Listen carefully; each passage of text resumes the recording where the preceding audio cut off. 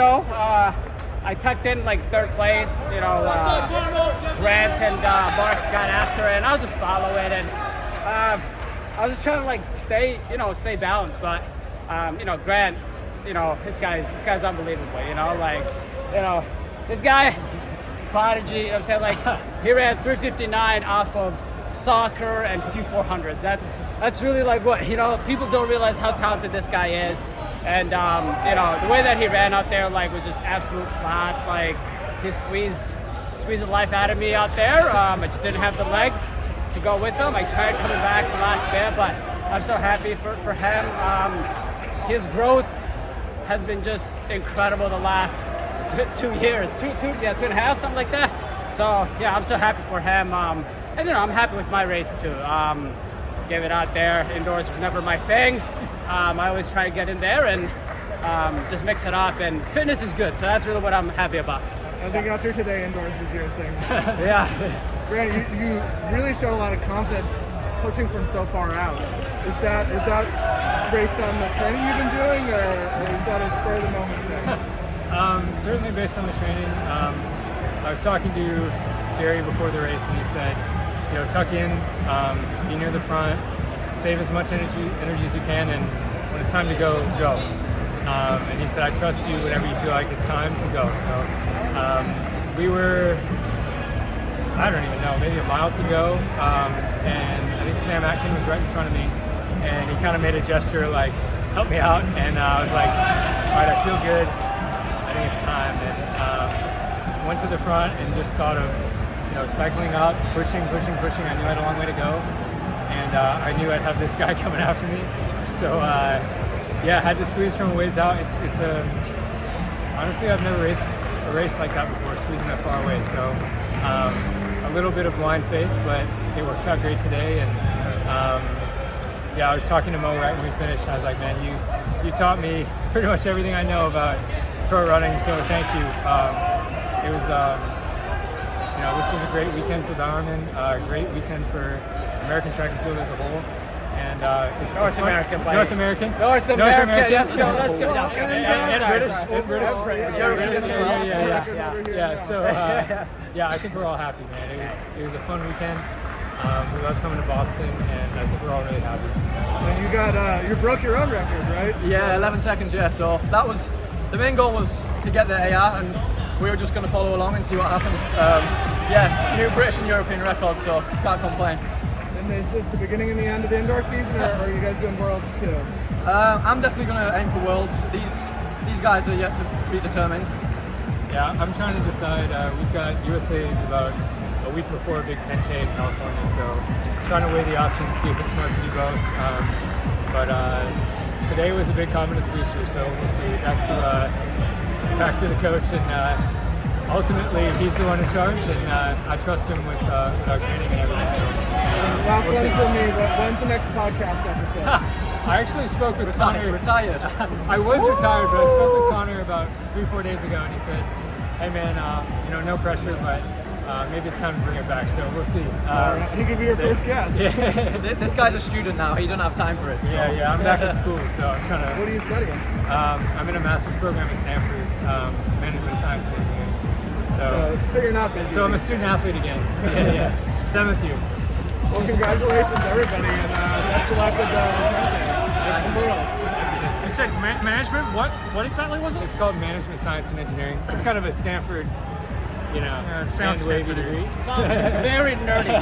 Very nerdy. Okay. Some econ and computer science, basically. Why did you decide to take that on while you're like a world-class athlete? I was actually in the program when I graduated Stanford, so I was in the master's program, and kind of pseudo dropped out. So I was a college dropout for about 2 years, and then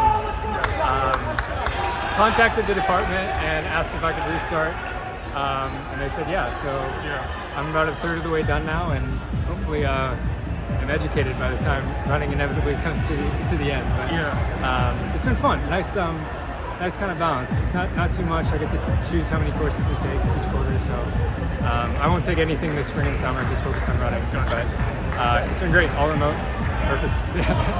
Did you think you'd run as fast as you did tonight? No. What did you think coming in? I think in a perfect race, I thought I was going to run either 13 flat or 13:01. Yeah. So I thought my chances at going after Galen's record were tight but attainable. And we just had great pacing out there. It's a great track. I mean, a lot of people say BU is faster than outdoor track, and I tend to agree with them now. Yeah, it feels like you're just running on a spring. Yeah. Was this your first time racing here? I've run here one time 2 years ago. So, yeah, I don't know.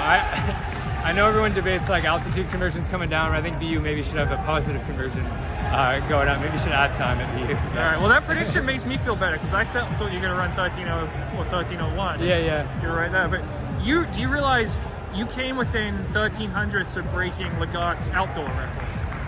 I didn't know that.